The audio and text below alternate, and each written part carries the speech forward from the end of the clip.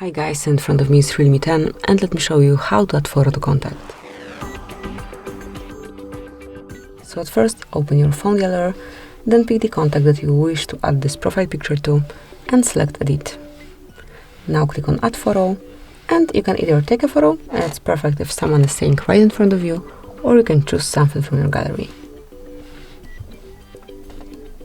And now just select the picture that you want to apply, customize it however you wish, and tap on confirmation mark. Click on save.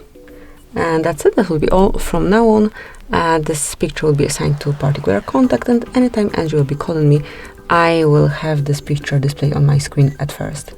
So this is it. Thank you for watching. Please subscribe our channel and leave the thumbs up.